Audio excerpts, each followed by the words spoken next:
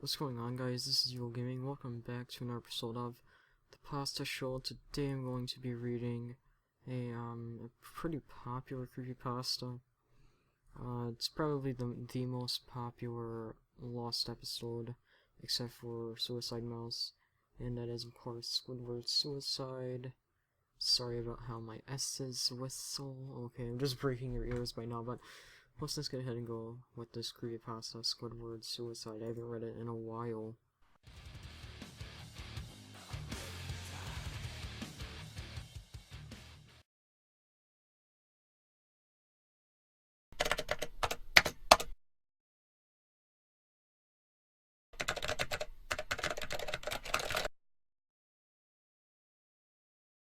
I just want to start off by saying, if you want an answer at the end, prepare to be disappointed. There just isn't one. I was an intern at Nickelodeon Studios for a year in 2005 for my degree in animation. It wasn't paid, of course, most internships aren't, but it did have some perks beyond education. To adults it might not seem like a big one, but most kids at the time would go crazy over it. Now, since I worked directly with the editors and animators, I got to view the new episodes days before they aired.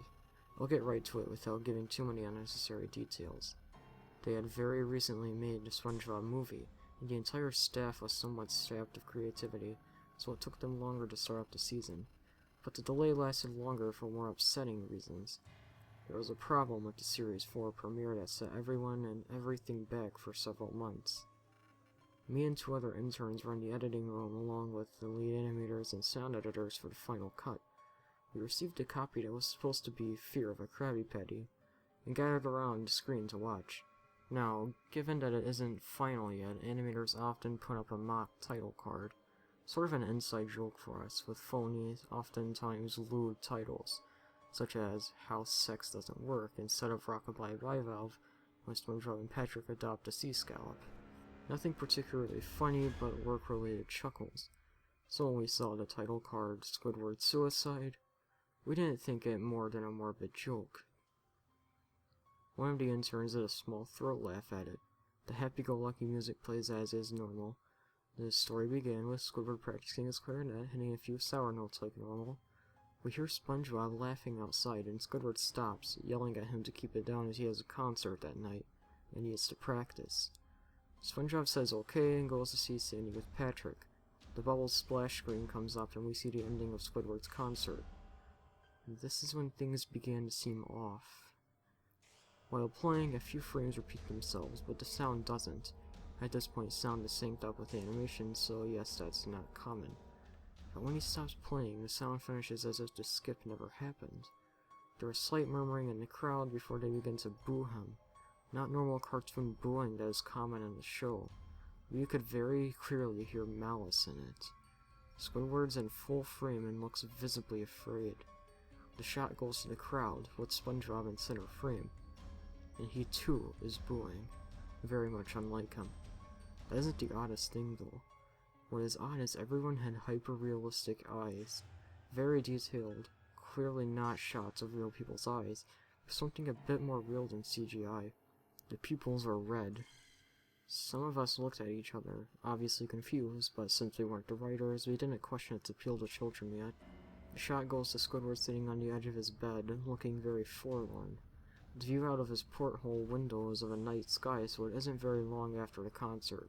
The unsettling part is that at this point there is no sound. Literally no sound. Not even the feedback from the speakers in the room. It's as if the speakers were turned off, though their status showed them working perfectly. He just sat there, blinking in this silence for about 30 seconds. Then he started to sob softly. He put his hands, tentacles, over his eyes and cried quietly for a full minute more. All the while, a sound in the background very slowly growing from nothing to barely audible. Sounded like a slight breeze through a forest. The screen slowly begins to zoom in on his face. By slow, I mean it's only noticeable if you look at shots 10 seconds apart side by side. His sobbing gets louder, more full of hurt and anger. The screen then twitches a bit, as if it twists in on itself, for a split second, then back to normal. The wind through the trees sound gets slowly louder and more severe, as if a storm is brewing somewhere. The eerie part is this sound, and Squidward's sobbing sounded real, as if the sound wasn't coming from the speakers, but as if the speakers were holes, the sound was coming through from the other side. As good a sound as the studio likes to have, they don't purchase the equipment to be that good to produce sound of that quality. Below the sound of the wind and sobbing, very faint, something sounded like laughing. It came at odd intervals and never lasted more than a second, so you had a hard time pinning it. We watched this show twice, so pardon me if things sound too specific, but I've had time to think about them. After 30 seconds of this, the screen blurred and twitched violently, and something flashed over the screen, as if a single frame was replaced. The lead animation editor paused and rewound frame by frame. What we saw was horrible. It was a still photo of a dead child. He couldn't have been more than 6. The face was mangled and bloodied, one eye dangling over his upturned face, popped. He was laying naked down to his underwear, his stomach crudely cut open and his entrails laying beside him. He was laying on some pavement that was probably a road. The most upsetting part was that there was a shadow of the photographer. There was no crime tape, no evidence tags or markers, and the angle was completely off for a shot designed to be evidence. It would seem the photographer was the person responsible for the child's death. We were of course mortified, but pressed on, hoping that it was just a sick joke. The screen flipped back to Squidward, still sobbing louder than before, in half body and frame. There was now what appears to be blood running down his face from his eyes. The blood was also done in a hyper-realistic style, looking as if you touched it, you'd get blood on your fingers. The wind sounded now as if it were that of a gale blowing through the forest. There were even snapping sounds of branches. The laughing, a deep baritone, lasting at longer intervals and coming more frequently. After about 20 seconds, the screen again twisted and showed a single frame photo.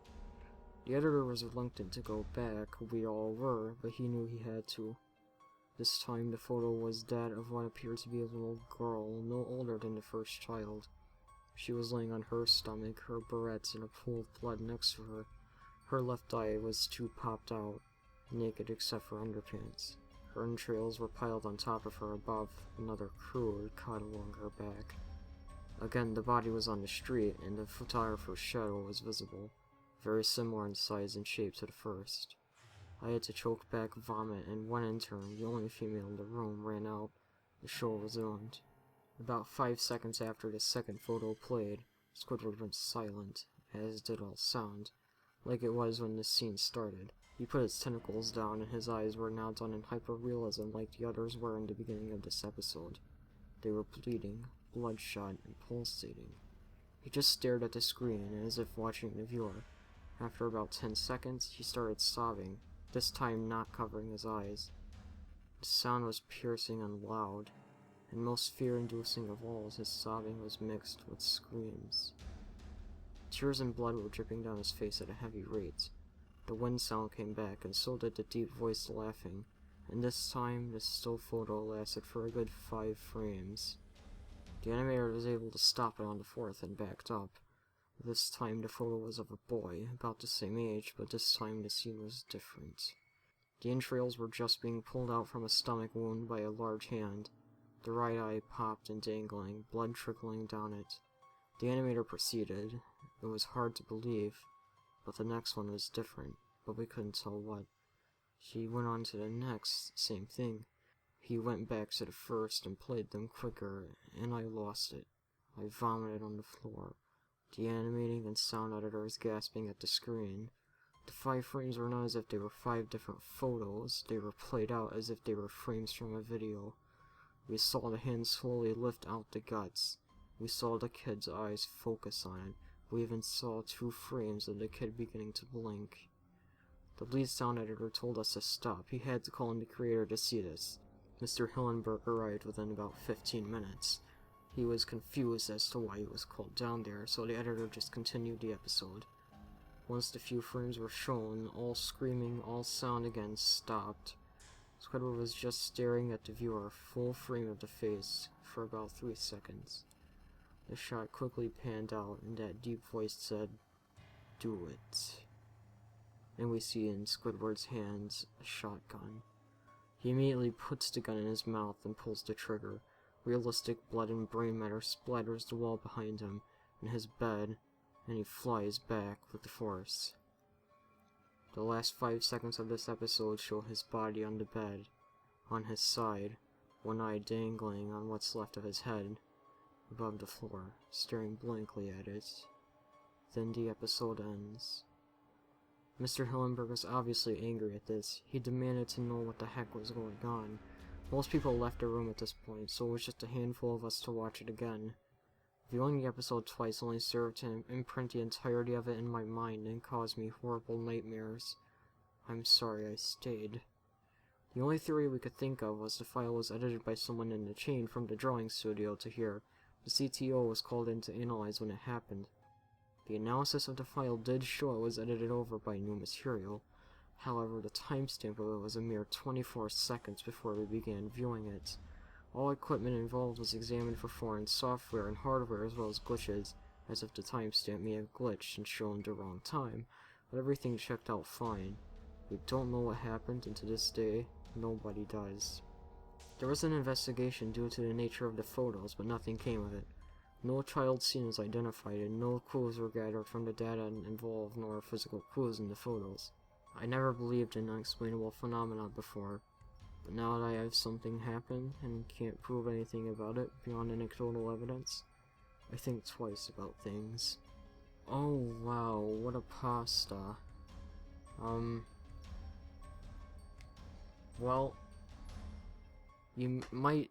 Oh, frick. So, there's a lot... The community is torn between this. You have those, you know, people that don't really care. They like almost any pasta that's popular. You know, like the Jeff the Killer lovers. They like this pasta. Some people like it, and they might not like Jeff the Killer. No one needs to like Jeff the Killer. I might have said in my Pasta Show episode that it was a good pasta, but I don't know how I thought that back then. It's terrible pasta. Anyways... So you might be wondering, well, this pasta is really bad. A lot of cliches, man, like really hyper-realistic blood. That's something that belongs in a troll pasta, idiot. And, correct me if I'm wrong, but I believe this is the first pasta to use hyper-realism. You could correct me on that. You can go find out if there's one that predates this that happens to have hyper-realism in it, and it is a lost episode. But, this is the first lost episode to have hyper-realism in it, so, I mean, it's not that creepy of a thing, and it doesn't really get to me. I mean, this pasta was creepy.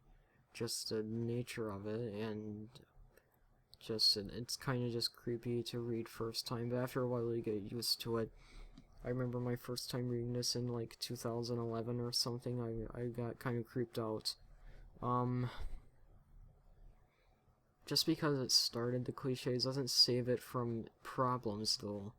I mean, one problem, which is a pretty big problem people notice, is the photos of the children. They don't really creep me out as much. It's just an attempt at a shock. It's just an attempt to shock you. And the children have nothing to do with SpongeBob, or Squidward, I mean, so I don't really see how they added, why this would be added in, other than shock value, but whatever. Other than that, okay grammar throughout this pasta. As I was reading, I had to change some things. They might have been I might have gotten it wrong, you know, because I'm not the best at English, but some things were clearly wrong, like some words being like just that one letter that turns into a different word, and it's not the right word. So, yeah. Other than that, this was an okay pasta. If I had to rate it, I'd say maybe 6 or 7, maybe 5. Because it's not... I mean, there are problems with it, but it did start in a way. It really made the lost episode pastas a lot more popular. Like I said, if you guys can find a lost episode pasta that used hyperrealism before this one was made, leave in the comments, and that might change my view on it, because hyperrealism is a big cliche. But you have to realize this is like one of the first lost episode pastas that, and it was kind of the one that started the cliche. So just think about that. Unless I'm wrong, I don't know. So, hope you guys enjoyed this episode of the Pasta Show. Leave in the comments if there's a certain one you want me to read, and I will see you guys next time.